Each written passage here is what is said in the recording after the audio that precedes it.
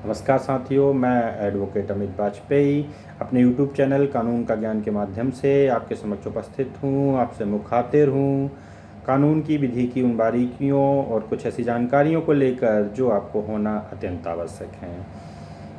आपने यदि मेरा यूट्यूब चैनल कानून का ज्ञान सब्सक्राइब नहीं किया है तो आपसे निवेदन है मेरे चैनल को सब्सक्राइब कर लें, बेल आइकन को प्रेस कर लें ताकि आगामी वीडियो भी आप तक पहुंच सकें। आज आपसे अपने इस चैनल के इस छोटे से वीडियो के माध्यम से बहुत ही महत्वपूर्ण जानकारी मैं आपसे शेयर करने जा रहा हूं, जो कि आपके रोज़मर्रा के जीवन को अत्यंत सुगम एवं सुलभ बनाएगी। आपसे निवेदन है कि इस वीडियो को बहुत ध्यान से अंत तक देखिए। बहुत छोटा सा वीडियो है।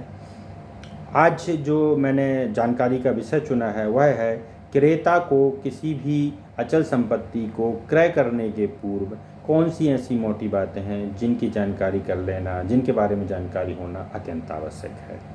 साथियों, अपने इस वीडियो के माध्यम से मैं आपको बताना चाह रहा हूँ ऐसी 5 मोटी बातों के बारे में जिनकी जानकारी आपको कर लेने के पश्चात ही किसी संपत्ति को क्रय करना चाहिए। यदि आप इन जानकारियों को नहीं करते हैं और जल्दबाजी में कोई सौदा करते हैं तो यकीन मानिए आप अपने जीवन की गाढ़ी कमाई किसी व्यक्ति के हाथों ठग जाएंगे, ठगी के शिकार हो जाएंगे और अपने जीवन की गाढ़ी कमाई को लुटा बैठेंगे। आपसे निवेदन है कि ये 5 बातें जो मैं बताने जा रहा हूँ उनको बड़े ध्यान से सुनिए, नोट कर लीजिए और उनकी जानकारी करने के बाद ही किसी अचल संपत्ति का सौदा कीजिए।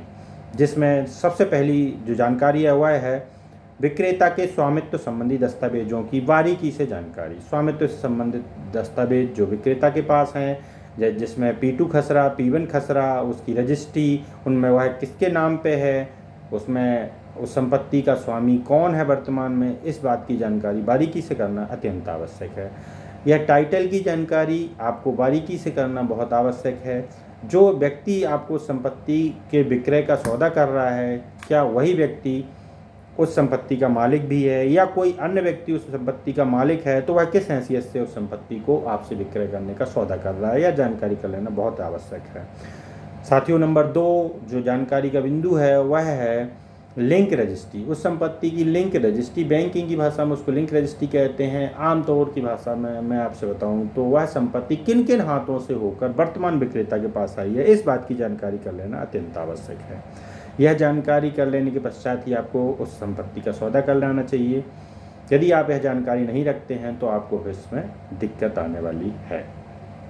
वह संपत्ति किन किन हाथों से होकर, किन किन लोगों के स्वामित्व से होकर वर्तमान विक्रेता के स्वामित्व में आई है, जिसे हम लिंक रजिस्ट्रियों की जानकारियां भी कहते हैं। तीसरी जानकारी है साथियों, उस संपत्ति पर कोई लोन या किसी प्रकार का प्राइवेट या सरकारी वित्तीय संस्थान का कोई लोन बकाया तो नहीं है।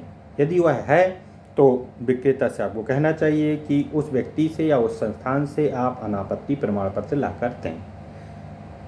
उस लोन के क्लियर हो जाने के पश्चात ही आपको संपत्ति को क्रय करना चाहिए। चौथी और अत्यंत महत्वपूर्ण आवश्यक जानकारी है वह है उस संपत्ति पे किसी प्रकार का सरकारी कर तो बकाया नहीं है। जैसे उदाहरण के लिए यदि आप कोई मकान खरीदने जा रहे हैं तो उस मकान पे जल कर, विद्युत कर, संपत्ति कर, राजस्व कर बकाया तो नहीं है। यदि बकाया है तो उसकी जानकारी आपको कर लेना चाहिए। उसको आज दिनांक तक, वर्तमान वित्तीय वर्ष तक चुकाए जाने के पश्चात ही, विक्रेता के द्वारा भुगतान किए जाने के पश्चात ओरिजिनल रसीद की कापी देख लेने के पश्चात ही आपको उसको क्रय करने का सौदा करना चाहिए। 5वां और अत्यंत महत्वपूर्ण जो बिंदु है जिसकी आपको जानकारी करना चाहिए, लगभग बहुत से लोग इस बात को इग्नोर करते हैं, लेकिन मैं इस पर जोर दे के आपको बोलता हूँ कि आपको किसी भी अचल संपत्ति को क्रय करने के पूर्व उस संपत्ति के क्रय करने का उस सौदा कम से कम 2 समाचार पत्र, जो कि स्थानीय समाचार पत्र हों, उनमें प्रकाशन करवाना बहुत आवश्यक है। समाचार पत्र मित्रों ऐसे होना चाहिए जो इज्जतदार हों, जिनका बहुत साख हो, जो बड़े पैमाने पर लोगों के द्वारा पढ़े जाते हों। ऐसे समाचार पत्रों में उसका प्रकाशन किया जाना बहुत आवश्यक है। उसमें इस आशय की सूचना देना होगा आपको कि किसी व्यक्ति को यदि इस सौदे से आपत्ति है तो 15 दिवस की अवधि के अंदर आपसे संपर्क करे और अपना मोबाइल नंबर। यदि वो व्यक्ति कोई व्यक्ति आपसे संपर्क करता है, अपनी आपत्ति बताता है, तो उस आपत्ति को पूर्णतः समझने, उसके बारे में जानकारी लेने और उस संबंध में सारी जानकारियां विक्रेता से करने और उस आपूर्तिकर्ता से करने के पश्चात ही उस संपत्ति को क्रय करें।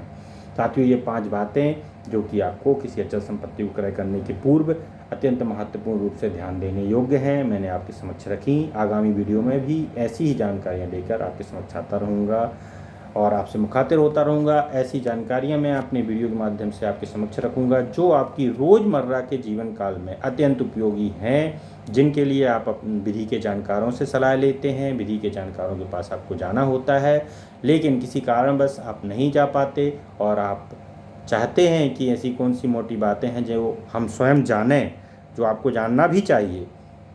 वो जानकारियाँ मैंने अपने इस वीडियो के माध्यम से दी। यकीन है आपको पसंद आई होंगी और आप मेरे इसी प्रकार से आगामी वीडियो में भी ऐसी जानकारियाँ आपको मैं देता रहूँगा। नमस्कार।